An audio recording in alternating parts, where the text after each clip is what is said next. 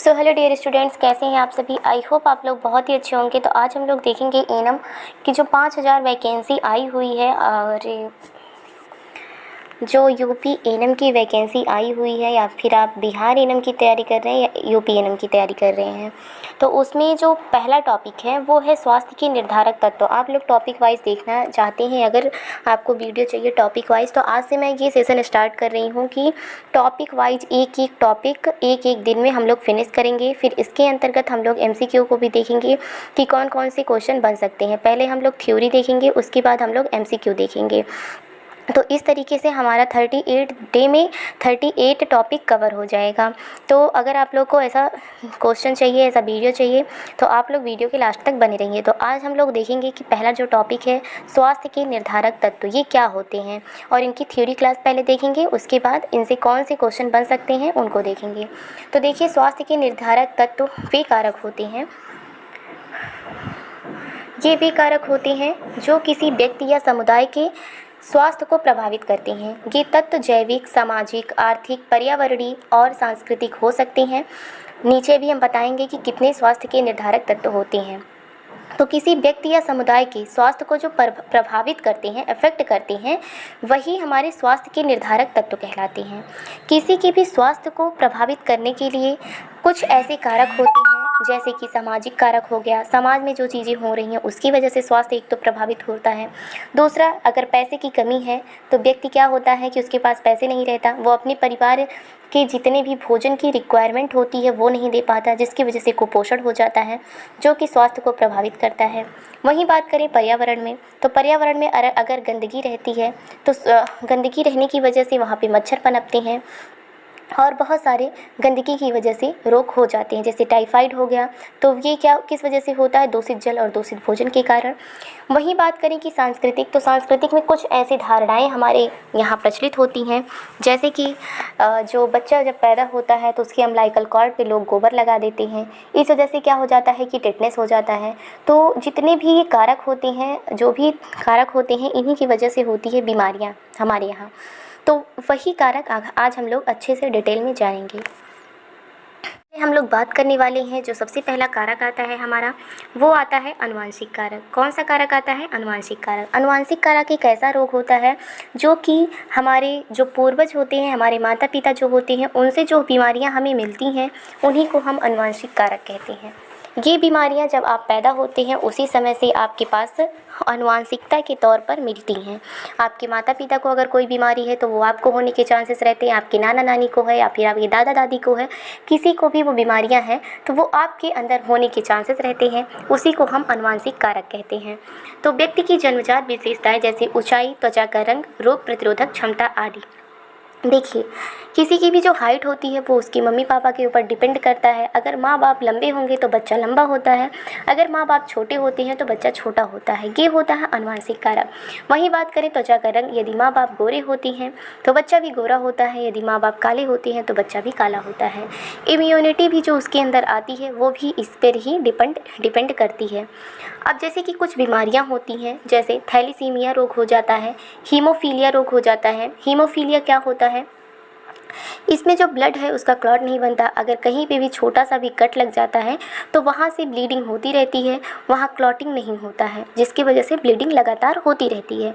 तो ये जो रोग होता है, अगर किसी के भी माँ बाप को या फिर दादा दादी को, नाना नानी को, किसी को भी ये रोग हुआ है तो बच्चे में होने के चांसेस रहते हैं, और ये जो होता है आनुवंशिकता के तौर पर होता है। डायबिटीज़ हो गया, हाई ब्लड प्रेशर हो गया, ये सब क्या होते हैं? वंशानुगत रोग होते हैं। अब यहीं से क्वेश्चन बन सकता है कि इसी में ऑप्शन दे देगा कि कौन सी ऐसी बीमारियां हैं जो आनुवंशिक नहीं है, तो ये सारी दे देगा। वहीं पे मलेरिया दे देगा, उसमें आपको लगाना रहेगा मलेरिया। तो ऐसे ही क्वेश्चन बनते हैं। अभी हम लास्ट में देखेंगे कि क्वेश्चन किस तरीके से बन रहे हैं। वीडियो को आप लोग अपने फ्रेंड्स लोग के साथ प्लीज़ शेयर कर दें, जिससे कि मुझे भी थोड़ा मोटिवेशन मिले और मैं इस तरीके की वीडियो आप लोगों को ला सकूं। मैंने यूट्यूब पे देखा कि कोई भी थ्योरी क्लास नहीं पढ़ाया है, सब लोग, जितने भी लोग हैं, वही ऑब्जेक्टिव टाइप क्वेश्चन पढ़ा रहे हैं। और ये क्लास में सच में बताऊं तो आप लोग को पेड बैच में ही मिलेगा, बाकी ऐसे कोई भी फ्री में यूट्यूब पे नहीं दे रहा है। इस वजह से मैंने सोचा कि आप लोगों के लिए ऐसे क्वेश्चन को ऐसे टॉपिक वाइज मैं पढ़ाऊँ, जिससे आप लोगों की तैयारी बेटर हो सके। और ईजी लैंग्वेज में बिल्कुल मैं पढ़ाने की कोशिश कर रही हूँ। तो दूसरा क्या है कि ये कारक व्यक्ति के नियंत्रण में नहीं होते हैं, लेकिन समय रहते जांच और सावधानी से स्वास्थ्य को बेहतर बनाए रखा जा सकता है। जैसे कि इस रोग का कोई भी प्रिवेंशन नहीं है। ऐसा नहीं है कि हाँ, आप आनुवंशिकता से कोई बीमारी हो रही है तो उसको रोक सकते हैं, क्योंकि ये आनुवंशिक है, जन्मजात होता है, इसको रोकने का कोई भी उपाय नहीं है। हाँ, अगर बीमारी हो चुकी है तो उसका समय रहते इलाज आप कर सकते हैं। ये होता है आनुवंशिक कारक। दूसरा हम बात करें तो दूसरा जो बीमारी है वो पर्यावरणीय कारक है। तो पर्यावरणीय, जो इसको हम इन्वायरमेंटल फैक्टर के नाम से जानते हैं, ये स्वच्छ पानी, स्वच्छ हवा, साफ सफाई, कचरे का निपटान, ये सभी पर्यावरणीय स्वास्थ्य के महत्वपूर्ण हिस्से हैं। प्रदूषण में क्या हो गया कि वायु, जल, ध्वनि बीमारियां जैसे अस्थमा जो रोग होता है वो प्रदूषित वायु की वजह से होता है। त्वचा का रोग हो गया और पेट की बीमारियां हो गई। तो पेट की बीमारियां जो हो गई वो जल अगर अच्छे से स्वच्छ जल नहीं है तो उस वजह से पेट की बीमारियां हो सकती हैं। ये सब कारण बनते हैं। मतलब पर्यावरण अगर संदूषित रहेगा, पर्यावरण गंदा रहेगा तो उसकी वजह से जो बीमारियाँ होती हैं वो पर्यावरणीय कारक में आती हैं। गंदगी की वजह से मच्छर, मक्खी आदि भी रोग फैलाने वाले तत्व हैं, जैसे कि डेंगू हो गया, मलेरिया हो गया। तो ये सब क्यों होता है? ये पर्यावरण के ना सही रहने की वजह से होता है। तीसरा क्या है कि आर्थिक कारक। आर्थिक कारक, जैसा कि मैंने बताया कि आर्थिक कारक भी कारक होते हैं, जैसे कि अच्छी आय वाले व्यक्ति बेहतर पोषण, दवा और चिकित्सा सेवाएं ले सकते हैं। जिसके भी घर में पर्याप्त पैसा है तो वो क्या करेगा कि अगर उसको न्यूट्रिशन की ज़रूरत है तो वो तुरंत जाएगा, न्यूट्रिशन के जितने भी सामान हैं वो सबको खा लेगा। समय रहते वो इलाज करवा सकता है, समय रहते जो भी उसको दवा की ज़रूरत है वो दवा ले सकता है, तो उसकी बीमारी रुक सकती है। जो भी बीमारी होगी तुरंत रुक जाएगी। लेकिन वहीं गरीबी के कारण क्या होता है कि व्यक्ति ना तो समय पर इलाज करवा पाता है, उसके पास पैसे ही नहीं रहता, तो सोचता आज पैसे का जुगाड़ हो जाए, कल पैसे का जुगाड़ हो जाए। तो ऐसे ऐसे करते बीमारी काफ़ी लंबी हो जाती है और उसका जो इलाज होता है वो करना मुश्किल हो जाता है। फिर अंत में क्या होता है कि इतना ज़्यादा पैसा लगता है कि व्यक्ति इलाज ही नहीं करवा पाता और उसकी मृत्यु हो जाती है। फिर गरीबी के कारण कुपोषण हो जाता है, टीकाकरण की कमी हो जाती है और स्वास्थ्य सेवाओं की कमी भी देखी जाती है। आर्थिक रूप से मजबूत परिवार के बच्चों की शारीरिक और मानसिक विकास में काफ़ी अच्छा योगदान होता है। क्यों नहीं रहेगा? अगर उनको समय पर पर्याप्त भोजन मिल रहा है, जो भी ज़रूरतें हैं उनकी पूरी हो रही हैं, तो उनका शारीरिक विकास होना ही होना है। बात करें कि एजुकेशन की, जो चौथा है शैक्षिक स्तर, तो शिक्षा से स्वास्थ्य के प्रति जागरूकता आती है। अगर जैसे कि आप ही हैं तो आप पढ़ाई कर रहे हैं, अब क्या हो रहा है कि आप जो भी बीमारियां जानेंगे वो तुरंत समय रहते आप इलाज करवा लेंगे, क्योंकि आपके पास शिक्षा है। तो शिक्षा से स्वास्थ्य के प्रति व्यक्ति जागरूक होता है। शिक्षित लोग स्वच्छता, पोषण, व्यायाम, टीकाकरण आदि का ध्यान रखते हैं, जो भी उनको ज़रूरतें होती हैं। अब जैसे कि जो अशिक्षित व्यक्ति हैं, अब अपने बच्चों को अगर टीकाकरण करवाने लेकर जाते हैं तो टीकाकरण करवाने के बाद 24 घंटे में बच्चों को फीवर आता है, तो ये सब चीज़ें जब वो देखते हैं तो वो सोचते हैं कि हम टीकाकरण नहीं करवाएंगे क्योंकि हमारा बच्चा तो बीमार पड़ जाता है। ये नहीं सोचते जब कोई वायरस है वो अंदर जा रहा है, एंट्री कर रहा है, रोग प्रतिरोधक क्षमता बन रही है, इस वजह से वो फीवर आ रहा है और बाद में भविष्य में जब कोई भी ऐसा संक्रमण आएगा तो हमारे बच्चे को नहीं होगा। तो इस वजह से वो डर जाते हैं। ये किस वजह से होता है? पर्याप्त शिक्षा ना मिलने की वजह से ही होता है। खासकर महिलाओं की शिक्षा परिवार के संपूर्ण स्वास्थ्य के लिए अत्यंत महत्वपूर्ण होती है, क्योंकि जो महिलाएं होती हैं वो अपने बच्चों का देखभाल करती हैं और वो एक परिवार से 2 परिवार में जाती हैं तो 2 परिवार को शिक्षित करती हैं। इस वजह से महिलाओं का शिक्षित रहना काफ़ी ज़्यादा ज़रूरी होता है। नेक्स्ट है कि सामाजिक और सांस्कृतिक कारक। तो सोशल एंड कल्चर फैक्टर क्या होता है? कुछ परंपराएं और रीति रिवाज स्वास्थ्य के अनुकूल नहीं होते, जैसे प्रसव के समय झाड़ फूँक कराना। तो प्रसव के समय क्या सब लोग करवाते हैं? झाड़ फूँक करवाते हैं, जो कि ये सही नहीं है। इससे कुछ नहीं होगा, बल्कि डॉक्टर से इलाज करवाना चाहिए। अच्छा, बहुत लोग जो सांप काट लेता है तो क्या झाड़ फूँक करवाते हैं? तो झाड़ फूँक करवाते हैं, उससे कुछ नहीं होता, बल्कि व्यक्ति की मृत्यु हो जाती है। जहर जो होता है वो पूरे शरीर में फैल जाता है। जबकि समय रहते अगर सांप किसी को काट लेता है तो उसकी एक इंजेक्शन आते हैं जिसका एंटीडोट होता है, वो अगर समय रहते लगवा दो तो व्यक्ति को कितना भी जहरीला सांप काटा है तो व्यक्ति बच जाता है। तो ये सब क्यों होता है कि सब सांस्कृतिक कारक होते हैं। समाज के लोग ऐसे होते हैं, संस्कृति उनकी होती है कि उनको लगता है कि झाड़ फूँक करवाने से सही हो जाएगा। लिंग भेदभाव, जैसे लड़कियों का पोषण ना देना स्वास्थ्य पर बुरा असर डालता है। तो लिंग का भेदभाव भी समाज में प्रचलित रहता है। लोगों को लगता है कि हाँ, लड़कों को ज़्यादा खाने के लिए देना है क्योंकि ये वंश को चलाएंगे और लड़कियाँ क्या करेंगी, वो तो सिर्फ खाना बनाती हैं, उनको क्या ज़रूरत है। जबकि लड़कियों को ज़्यादा ज़रूरत होती है क्योंकि वो एक प्रसव के समय पे उन्हें ज़्यादा ब्लीडिंग वगैरह होती है और वैसे नॉर्मली भी मेंस्ट्रुअल साइकिल जो आता है उसकी वजह से भी उनको आयरन, फोलिक एसिड की ज़्यादा ज़रूरतें होती हैं, जिससे वो कुपोषित ना हों। सामाजिक समर्थन, जैसे परिवार और समाज का सहयोग मानसिक स्वास्थ्य के लिए ज़रूरी होता है। तो कोई भी सामाजिक समर्थन जो कि परिवार को करना चाहिए। छठा क्या है कि जीवन शैली। जीवन शैली क्या होता है? तो जीवन शैली देखिए, संतुलित आहार, व्यायाम, नींद, तनाव से मुक्ति एक स्वस्थ जीवन शैली की पहचान है। अगर आप ऐसे हैं कि संतुलित आहार ले रहे हैं, पर्याप्त जितना भी सुबह सुबह उठ के एक्सरसाइज कर रहे हैं, नींद प्रॉपर ले रहे हैं, तनाव से मुक्त हैं, तो ये एक जीवन शैली, अच्छी जीवन शैली के अंतर्गत आता है। वहीं आप धूम्रपान कर रहे हैं, शराब पी रहे हैं, नशीले पदार्थों का सेवन कर रहे हैं, जंक फूड खा रहे हैं, ये सब बुरी आदतें जो होती हैं वो बीमारियों का कारण बनती हैं। शराब पिएंगे आपका लीवर ख़राब हो जाएगा, धूम्रपान करेंगे आपका लंग्स ख़राब हो जाएगा। तो ये सब क्या होती हैं? ये बुरी आदतें होती हैं जो बीमारियों को उत्पन्न करती हैं। बैठे रहने वाली जीवन शैली से मोटापा, हृदय रोग, मधुमेह आदि हो सकता है। तो आप क्या जो जॉब है या फिर आप कुछ भी नहीं कर रहे हैं, बस बैठे हैं सुबह से लेकर शाम तक, तो इससे क्या होगा? मोटापा हो जाएगा, पेट बाहर निकल जाएगा, कोलेस्ट्रॉल लेवल बढ़ जाएगा, जिसकी वजह से ब्लड प्रेशर भी हाई हो सकता है कोलेस्ट्रॉल बढ़ने की वजह से। तो ये होता है। सातवां क्या है कि स्वास्थ्य सेवाएं। स्वास्थ्य सेवाएं क्या हैं? तो प्राथमिक स्वास्थ्य केंद्र, अस्पताल, दवा, डॉक्टर, एम्बुलेंस आदि की सुलभता और गुणवत्ता जरूरी है।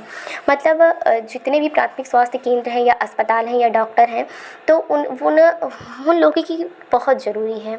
जहां आपका एरिया है वहाँ से कुछ ही दूरी पर हॉस्पिटल हो, जिसकी वजह से अगर आपको कोई भी बीमारी हो रही है तो तुरंत आप हॉस्पिटल में पहुंचकर अपना इलाज करवा सकें। अब ऐसा ना हो कि आपका घर है जहाँ पे वहाँ से 100 किलोमीटर दूरी पे कोई हॉस्पिटल है, तो इंसान की जाते जाते ही मृत्यु हो जाएगी। कोई भी छोटी सी भी चोट में व्यक्ति मर सकता है। टीकाकरण, प्रसव पूर्व देखभाल, मातृ एवं शिशु स्वास्थ्य सेवाएँ, स्वास्थ्य की सुरक्षा भी सुनिश्चित करनी चाहिए। फिर ग्रामीण क्षेत्र में अवसर, इन सेवाओं की कमी होती है जिससे स्वास्थ्य प्रभावित होता है। जो ग्रामीण क्षेत्र जैसे शहरी जो क्षेत्र होते हैं वहाँ पे ये सब चीज़ें थोड़ी थोड़ी ही दूर पे रहती हैं, तो व्यक्ति तुरंत हॉस्पिटल वहीं पास में ही है, वहीं पास में क्लिनिक है, तो वो उसका इलाज तुरंत हो जाता है। लेकिन ग्रामीण क्षेत्र में ऐसा होता है कि काफ़ी दूर दूर होते हैं, जिसकी वजह से ग्रामीण क्षेत्रों में इन सब की कमी देखी जाती है और मृत्यु की ज़्यादा संभावनाएँ होती रहती हैं। सरकारी नीतियाँ। सरकारी नीतियों की बात करें तो सरकारी नीतियाँ क्या हैं? तो सरकार द्वारा चलाई जाने वाली योजनाएं जैसे कि आयुष्मान भारत योजना जो कि निःशुल्क इलाज देता है, स्वच्छ भारत अभियान जो कि स्वच्छता के लिए, स्वच्छ जल पहुँचे लोगों तक इसके लिए है, मिड डे मील योजना जो बच्चों के पोषण के लिए है, ठीक है, और नीति निर्माण, स्वास्थ्य बजट, जागरूकता अभियान और कानून की सभी स्वास्थ्य पर प्रभाव डालती हैं। अब देखिए इस टॉपिक पे हम लोग क्वेश्चन को देखते हैं कि इससे कैसे कैसे क्वेश्चन बन सकते हैं। तो आपने समझ लिया कि क्या होते हैं स्वास्थ्य के निर्धारक तत्व। तो आज का हमारा फर्स्ट टॉपिक था, जिसमें कि अभी क्वेश्चन देखिए पूछा है कि निम्न में से कौन सा आनुवांशिक रोग है? तो मलेरिया, थैलीसीमिया, डेंगू या हैजा। तो इसमें से कौन सा ऐसा रोग है जो कि आनुवांशिक रोग है? तो आप यहाँ पे लगाएंगे, अभी हमने पहले ही देखा कि थैलीसीमिया। तो थैलीसीमिया जो रोग है वो आनुवांशिक रोग है, इसका राइट ऑप्शन बी हो जाएगा। वहीं हैजा की बात करें तो हैजा जो होता है वो प्रदूषित जल से होता है, खाने पीने की चीज़ें अच्छी नहीं हो, साफ़ सुथरी ना हो। डेंगू भी एक ये वेक्टरपूर्ण डिजीज़ है और ये भी सफाई ना रहने की वजह से होता है। मलेरिया भी उसी वजह से होता है। ये डेंगू और मलेरिया मच्छर की वजह से होता है। वहीं मलेरिया की बात करें तो मादा एनाफ्लीज की वजह से होता है। डेंगू जो होता है ये किसकी वजह से होता है? ये होता है एडिस एजिप्टी की वजह से। और मलेरिया जो होता है वो प्रोटोजोआ की बीमारी है और डेंगू एक वायरस की बीमारी है। नेक्स्ट क्वेश्चन है कि स्वास्थ्य को प्रभावित करने वाला पर्यावरणीय कारक कौन सा है? तो पर्यावरणीय कारक कौन सा है स्वास्थ्य को प्रभावित करने वाला? तो पर्यावरण की वजह से कौन सा ऐसा क्या है? तो इसमें होगा राइट ऑप्शन वायु प्रदूषण। वायु प्रदूषण जो होता है वो पर्यावरण के स्वच्छ ना होने की वजह से होता है। व्यायाम ये तो आपकी दैनिक दिनचर्या हो गई, इन सब की वजह से नहीं होता। नेक्स्ट क्वेश्चन है कि स्वास्थ्य की जीवन शैली में निम्नलिखित में क्या शामिल नहीं है? तो स्वास्थ्य की जीवन शैली में शराब का सेवन शामिल नहीं है। ये आप लोगों को पता है कि संतुलित आहार शामिल है लेकिन शराब का सेवन शामिल नहीं है। देखिए नेक्स्ट क्वेश्चन है कि स्वास्थ्य सेवाओं की कमी का सीधा प्रभाव किस पर पड़ता है? तो अगर स्वास्थ्य सेवाओं की कमी है तो उसका सीधा प्रभाव किस पर पड़ेगा? तो उसका सीधा प्रभाव मृत्यु दर पे पड़ेगा। स्वास्थ्य सेवा नहीं मिल रही है तो उसकी वजह से मृत्यु दर बढ़ेगा। नेक्स्ट है कि निम्नलिखित में से कौन सा सामाजिक निर्धारक नहीं है? तो सामाजिक निर्धारक कौन सी नहीं है? जाति व्यवस्था, परंपराएं, पोषण, सामाजिक समर्थन। इसमें से पूछ रहा है कि कौन सा सामाजिक निर्धारक नहीं है, तो उसका क्वेश्चन आप लोग को बताना है। नेक्स्ट है कि निम्नलिखित में से कौन सी सरकारी योजना स्वास्थ्य से संबंधित है? तो कौन सी सरकारी योजना जो है वो स्वास्थ्य से संबंधित है? वो है आयुष्मान भारत योजना। तो आयुष्मान भारत जो योजना है वो स्वास्थ्य से संबंधित है। नेक्स्ट है कि किस वर्ग की शिक्षा पूरे परिवार के स्वास्थ्य पर सबसे अधिक प्रभाव डालती है। तो इसमें राइट ऑप्शन मैंने अभी भी बताया कि महिलाओं की जो शिक्षा होती है वो पूरे परिवार के स्वास्थ्य पर सबसे अधिक प्रभाव डालती है। नेक्स्ट है कि निम्नलिखित में से कौन सा सामाजिक कारक नहीं है। तो सामाजिक कारक कौन सा नहीं है, तो सामाजिक कारक पूछ रहा है, ठीक है। तो जातिवाद हो गया, परंपरा हो गया, प्रदूषण हो गया, लिंग भेद। तो लिंग भेद जो होता है वो सामाजिक कारक प्रदूषण जो होता है वो सामाजिक कारक नहीं होता है। नेक्स्ट है कि स्वास्थ्य सेवाओं की उपलब्धता से क्या लाभ होता है। रोजगार बढ़ता है, शिक्षा सुधरती है, बीमारियों की समय पर पहचान होती है या आर्थिक विकास होता है। तो बीमारियों की समय पर पहचान हो जाती है, इसका राइट ऑप्शन सी होगा। नेक्स्ट है कि स्वास्थ्य का निर्धारण किस पर निर्भर नहीं करता है। स्वास्थ्य का जो निर्धारण होता है वो किस पर निर्भर नहीं करता, आय स्तर पर या शिक्षा पर या धर्म पर या स्वच्छता पर। तो स्वास्थ्य का जो निर्धारण होता है वो धर्म पर निर्भर नहीं करता है, राइट ऑप्शन सी हो जाएगा। नेक्स्ट है कि कुपोषण का मुख्य कारण क्या है। तो कुपोषण का मुख्य कारण क्या होता है, अत्यधिक व्यायाम, शिक्षा की अधिकता या पोषण तत्व की कमी वाला आहार, नींद की अधिकता। तो देखिए पोषण तत्व की अगर कमी रहेगी तो ये होता है कुपोषण का मुख्य कारण। तो राइट ऑप्शन इसका क्या होगा, सी हो जाएगा। नेक्स्ट क्वेश्चन है कि स्वच्छता अभियान किससे संबंधित है। उद्योग से, स्वास्थ्य से, पर्यटन से या खेल से। तो स्वच्छता जो अभियान है वो जाहिर सी बात है कि स्वास्थ्य से है, तो स्वास्थ्य से ये संबंधित है। राइट ऑप्शन इसका क्या होगा, बी वाला हो जाएगा। देखिए नेक्स्ट क्वेश्चन कौन सा रहने वाला है, निम्नलिखित में से कौन सी सेवा प्राथमिक स्वास्थ्य देखभाल का भाग नहीं है। तो इसमें कौन सी सेवा है जो प्राथमिक स्वास्थ्य देखभाल का भाग है। तो इसमें कौन सा आंसर सही होगा। तो आंसर इसमें जो सही होगा वो आप लोग बताइए, टीकाकरण हो जाएगा, राइट ऑप्शन बी होगा। कुपोषण किसका परिणाम होता है। तो कुपोषण जो होता है वो किसकी वो है, सी खाद्य पदार्थों की कमी। नेक्स्ट है कि स्वास्थ्य का निर्धारक मुख्यतः। देखिए नेक्स्ट क्वेश्चन है कि निम्नलिखित में से कौन सी सरकारी योजना पोषण सुधार से संबंधित है। तो मिड डे मील जो योजना है वो किससे संबंधित है, वो पोषण सुधार से संबंधित है। नेक्स्ट क्वेश्चन है कि स्वास्थ्य का सबसे पहला स्तर क्या होता है। तो स्वास्थ्य का जो सबसे पहला स्तर होता है वो क्या होता है, वो होता है ना, इसका ऑप्शन सी होगा, प्राथमिक स्वास्थ्य सेवा। तो प्राथमिक जो स्वास्थ्य सेवा होता है वो स्वास्थ्य का सबसे पहला स्तर होता है। नेक्स्ट है कि असंतुलित जीवन शैली का उदाहरण है। असंतुलित जीवन शैली का उदाहरण क्या है, सुबह टहलना है या फिर जंक फूड खाना है या फिर योग करना है या फिर समय पर सोना है। तो जंक फूड जो है ये खाना है, ये असंतुलित जीवन शैली का उदाहरण होता है। संतुलित जीवन शैली में सुबह टहलना, योग करना और समय पर सोना ये आएगा, इसका राइट ऑप्शन बी हो जाएगा। आनुवंशिक जो रोग होते हैं उनको किस टीकाकरण से, खान पान से या समय पर जांच और सावधानी से या व्यायाम से। तो किस तरीके से रोका जा सकता है। तो इसका राइट ऑप्शन जो होगा वो सी होगा, समय पर जांच और सावधानी से रोका जा सकता है। निम्न में से कौन सा कारक व्यक्ति के नियंत्रण में नहीं होता है। तो कौन सा ऐसा कारक है जो व्यक्ति के नियंत्रण में नहीं होता है। तो आहार हो गया या आनुवंशिकता या स्वच्छता या नींद। तो व्यक्ति के नियंत्रण में आनुवंशिकता नहीं होता है, राइट ऑप्शन बी हो जाएगा। जो कि मैंने पहले बताया कि व्यक्ति के नियंत्रण में आहार कितना लेना है वो उसको पता है, वो नियंत्रित कर सकता है। स्वच्छता किस तरीके से रखनी है वो भी वो अपने हिसाब से कर सकता है। नींद कितनी लेनी है वो भी अपने हिसाब से कर सकता है। लेकिन आनुवंशिकता जो बीमारी हो गई उसको रोका नहीं जा सकता। निम्न में से कौन सा सामाजिक समर्थन का उदाहरण नहीं है। तो सामाजिक समर्थन का जो उदाहरण नहीं है वो क्या है, परिवार का सहयोग या फिर प्रदूषण या फिर गरीबी या फिर अस्पताल। सामाजिक समर्थन की बात कर रहा है, तो सामाजिक समर्थन में क्या चीज़ें हैं जो कि उदाहरण, निम्न में से कौन सा सामाजिक समर्थन का उदाहरण है। सामाजिक समर्थन का उदाहरण पूछ रहा है, तो इसमें परिवार का जो सहयोग होता है, राइट ऑप्शन ए होगा कि ये सामाजिक समर्थन का उदाहरण है। तो मुझे लगता है आज का जो पहला टॉपिक है आप लोग को समझ में आ गया होगा। इसी तरीके से अगर आपको topic wise question and theory चाहिए तो आप लोग प्लीज़ कमेंट करिएगा और वीडियो को लाइक करिएगा और अपने दोस्तों के साथ शेयर करिएगा। ठीक है, मिलते हैं नई वीडियो के साथ, तब तक के लिए धन्यवाद।